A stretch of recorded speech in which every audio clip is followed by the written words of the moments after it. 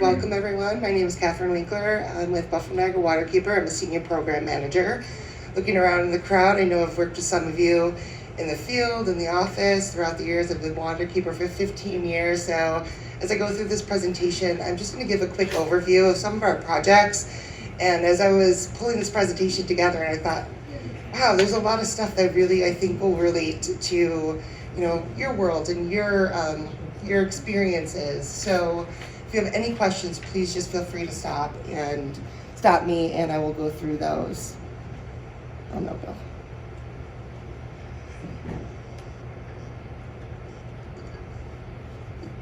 Okay. Working okay? Now it is. It was just slow. And if you want, you can minimize where we are on the bottom. I don't see it on my screen, but if you want to get it out of your way. I have too many mics on, I think. You don't need the one in your hand if you don't want. Can everyone hear me if I don't use the mic? Okay, perfect. I don't project very well sometimes. So Water Keeper is made up about 20 to 25 different staff members running the gauntlet from biologists to we have our own corporate lawyer, we have MBAs, planners, citizen action team. We really run the spectrum, and like I said, we were founded back in 1989 as a friends group, and we've just evolved. And as we've been moving through our process, we currently are running about 40 or 50 projects on any given year. They are all grant funded from foundations, state, federal. We've become really, really good grant writers.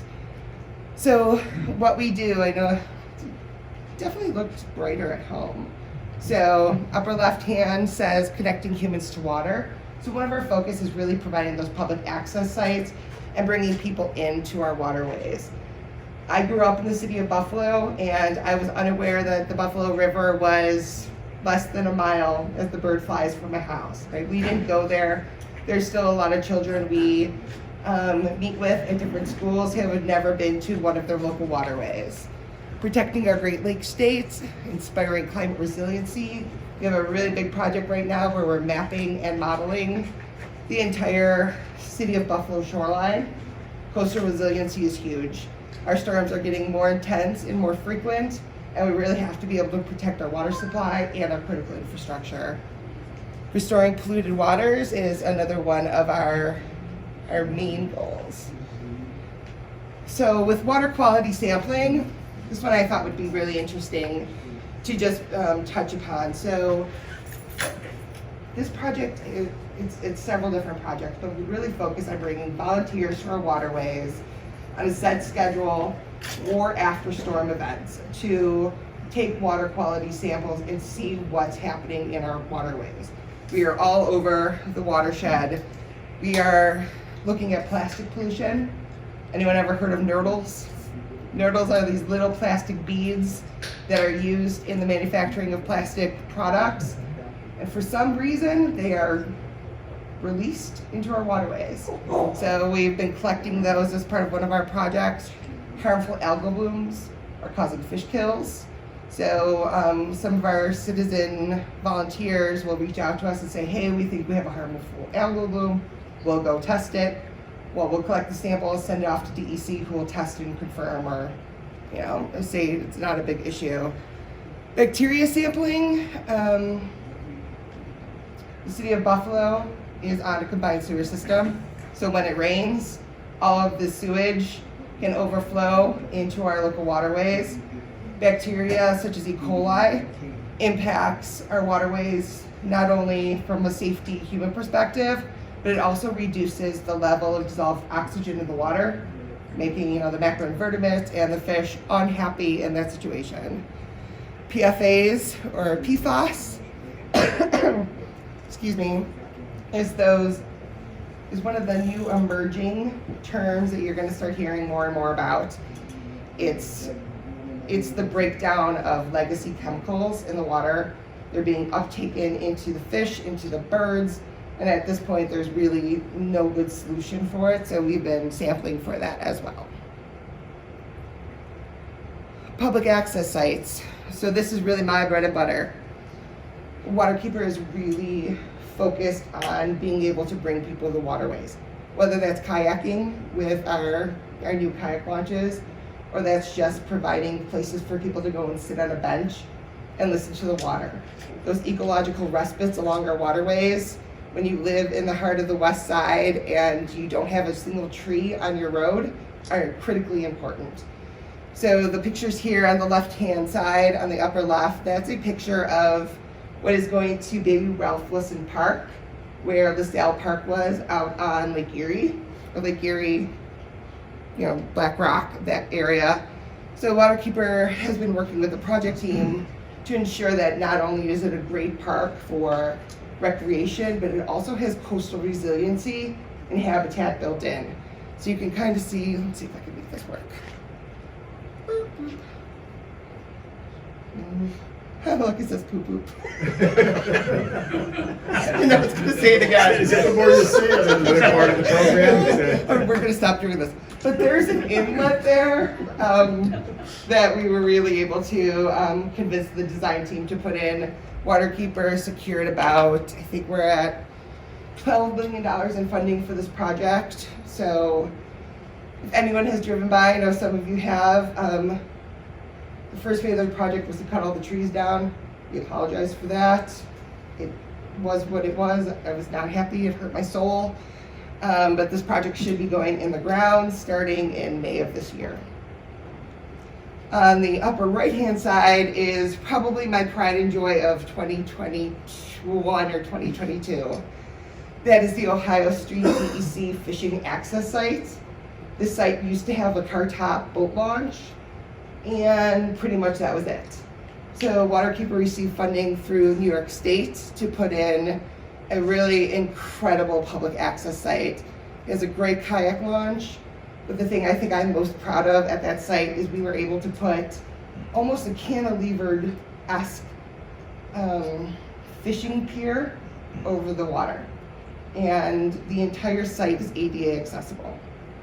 And one of the days when I was out there, hard hat on, dirt flying everywhere, construction fencing still up, gentleman in his wheelchair pulls up, right up onto the deck. And we had made the railings ADA accessible, so they were a little bit lower in spots, and they were also cut out at the bottom. He wheeled right up, looked at me and said, "Where do I get a fishing license?" And I was like, this is a story for mankind. Okay, great.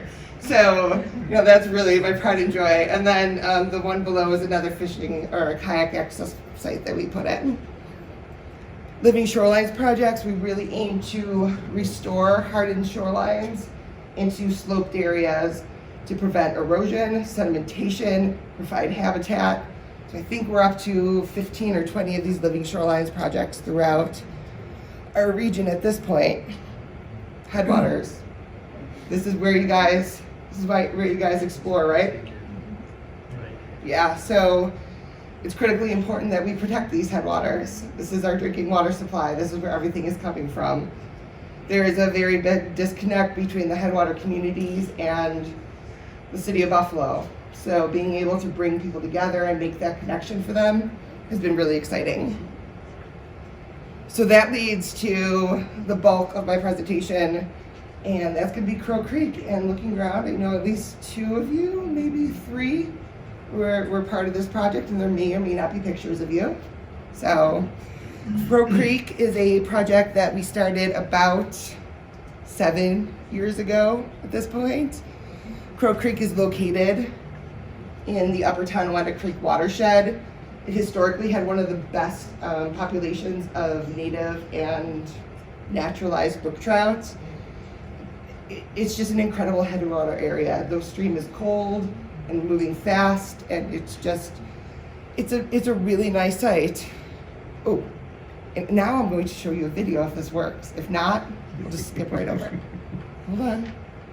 This is, I think I said, come on. Ooh. You don't need the sound.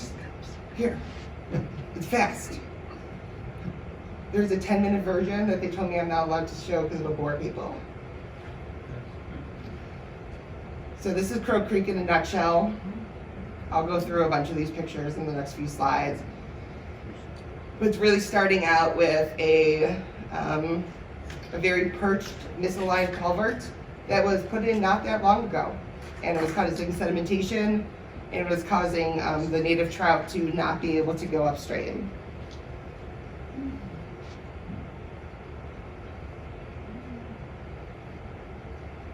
So pre-construction conditions, you can see upstream and downstream, the culvert running across the road. It was a dead-end road. Nobody's really sure why they put the culvert in like this. It was not even remotely aligned to the creek channel. The downstream one was actually scoured out about 4 feet deep, and a great population of trout, but they couldn't go anywhere. So what did we end up with? We ended up with this really large culvert and a very nice new meandering stream channel on both sides. We put in different types of habitat features throughout the way. But this took a lot of time and a lot of effort. If anyone saw that culvert that Carrie was dancing in, we never expected to put a 12-foot culvert in. That was all done. You know, we were just gonna realign the culvert, but all these partners worked together. We did all the modeling, the analysis, pulled all the funding together, and we were able to pull this project off. So the construction project, I love construction, so there's probably too many construction photos. But we put in a temporary road, dug in. We had to bring in this really large culvert in many, many pieces. And then once the culvert was in the ground, we backfilled over it for the new roadway. We also put substrate in the bottom of the culvert to allow for fish movement and macros to settle in there as well. The stream channel was reconstructed. We put in some, on the left-hand side, some grade control structures to slow the velocity down, create some pools, create some riffles, some really nice areas. The right-hand side picture, I'll show you that in a second, but that bank was tied together with some rocks, but underneath the rock is lunkers, which we will show some photos of us building in just a second. Here we go. So, do we all know what lunkers are? You guys are like, you know, the creators of the lunkers at this point. So your crew came out there, might be able to recognize a couple of you in the pictures. They are incredible structures, and now that they're in the water, they are providing an amazing amount of habitat. This was a private land too, right? It was. Yeah, well, actually 2 different landowners. So one upstream, one on the right hand, and one on the left hand side of the road. So took a lot of coordination, a lot of sweet talking sometimes as well. So in addition to just doing the work, we wanted to be able to say, hey, did this work or not, right? So we were trying to restore habitat, we were trying to restore the fish, we wanted to make sure that the benthics were still there, that we weren't like ruining all their habitat, potentially bringing it back. Obviously there's gonna be some impacts during construction. So we did pre and post construction bird monitoring. On the left hand side, Water Keeper is full of really good birders, me not so much. But Claudio went out there a couple times already and did it, and this is a lot of stuff. But a total of 53 species were found within this area. So things that she was super excited about, let's see where, the Lincoln sparrow, which is that picture, if anyone knows birds. I don't know why. She was super excited by it. So I told her I would put this up here. So the bird survey really did indicate that the overall conditions of the area are fair to good. So we'll be able to track that over time. We're doing another bird survey in about 3 weeks, 3 to 4 weeks, so we'll be able to see. In addition to that, we did pre and post construction macro sampling. So this is when you go in the stream with some kick knocks, you kick along and you see what kind of critters you collect. That's me on the right-hand side. In the middle of winter, I have found my niche. Like, I really, really love sorting buckets of bugs. It was great. I get to do it again in a few weeks, so I'm super excited for that. So we did that once before we started construction and once after. So the results of this show that, you know, fair to good with the macros that we collected. Just some different pictures, which you guys are going to know a lot more than I do about this. caddisfly. Those are good, right? Yeah. Mayflies. I know I personally found that case building caddisfly. I thought it was a stick, but it wasn't. So that was really good. So that really, was pretty promising. And then we did pre and post construction fish sampling with DEC and Fish and Wildlife. So we went out there beforehand and afterwards. We collected, I think most of them were in the downstream section. During the first survey, we just collected them, measured them, and released them. And the second collection, we actually went ahead and tagged them with a dye so that we can collect them again and see, track where their movement's going. Oh, that's a good one. So, pre-construction, right? On the left-hand side, you can see that is the downstream culvert, upstream side on the right. 74 trout on the downstream side. They were not able to, except for 3 really, really dedicated trout, were able to get through that culvert. So, it was a good sampling day, but not the most exciting. Then within 1 month of us putting in that culvert, we went back in and did another round of sampling. And we were up to 38 species were upstream. So from 3 to 38 within a month. You guys know fish are smart, right? But they figured it out. They figured it out immediately that they could go upstream and get all this nice new habitat. So we're super excited by this. This is a really great result. Like I said, right? Their construction just happened. Things are not filled in yet. The habitat is not fully grown. The fish are still learning. So we're gonna go do another sampling effort in about 3 weeks or so and see what we do, and then we're gonna track it over time. But progress, I would say yes. So this is really, really exciting for us. Chuck has a question. Yeah. Just a point, being a math teacher, having been a math teacher. So were there 74 downstream the first time, was it? 74. Yeah, because I look at that, and to me, the real impressive thing is, it went from 74 to 94, 96, whatever it was, so that was about a 30% increase. Yeah. Above, it went from 3 to what, 38? Mm-hmm. And that's a tenfold, that's a 12, almost 13-fold increase. That's the kind of thing these projects can do. Yeah. And I don't know much about the life cycle of fish, but the fish we were pulling out were about yay big, right? So a trout, how old is this? Second year maybe? And that stream probably a 2-year-old adult. Yeah. So, and we weren't even looking for the young of year at that time because it was, what I was told, not the right season or something. So when we go back out there in a couple of weeks, I'm really looking forward to it. The day of the ribbon cutting, we found a spawning brook trout just upstream of the culvert. That's so exciting. During one of our macro invertebrate sampling, we found trout eggs, or potentially trout eggs.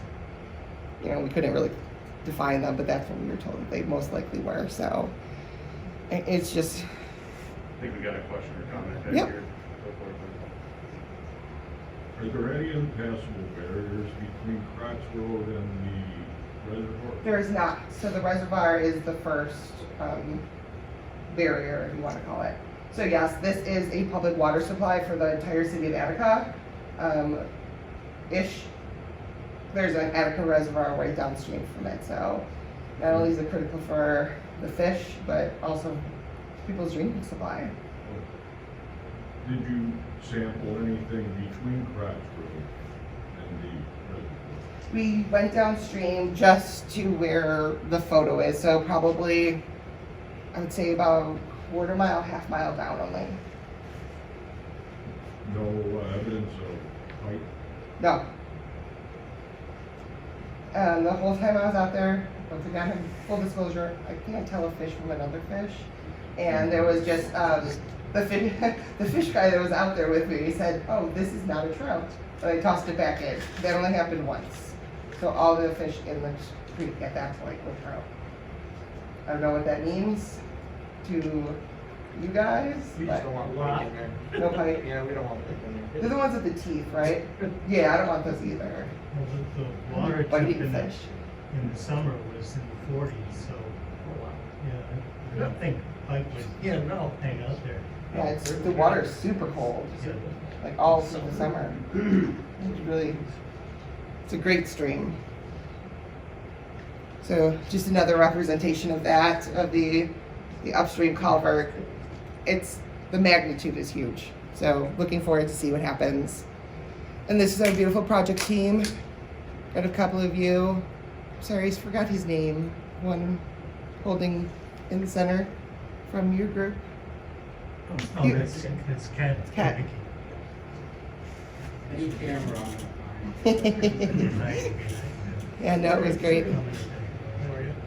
Yeah, so that's what I got, right? So TU was really instrumental in us getting this project together for Crow Creek. You guys were with us from day one.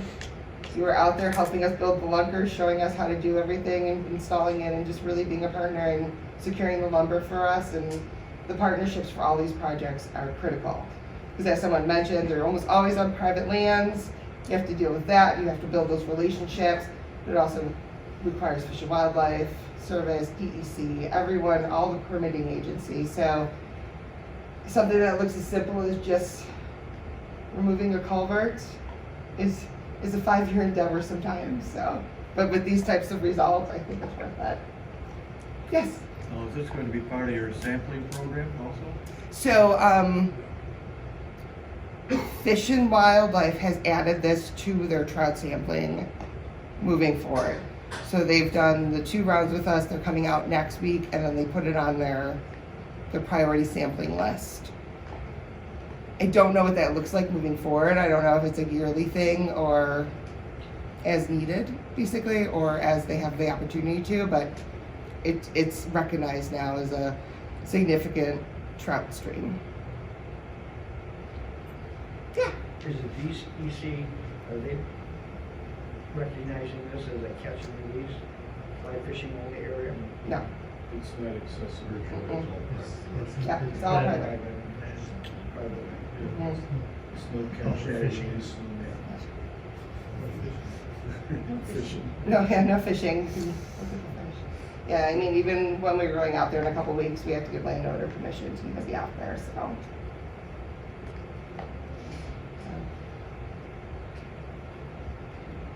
Well, that was it for me. I really appreciate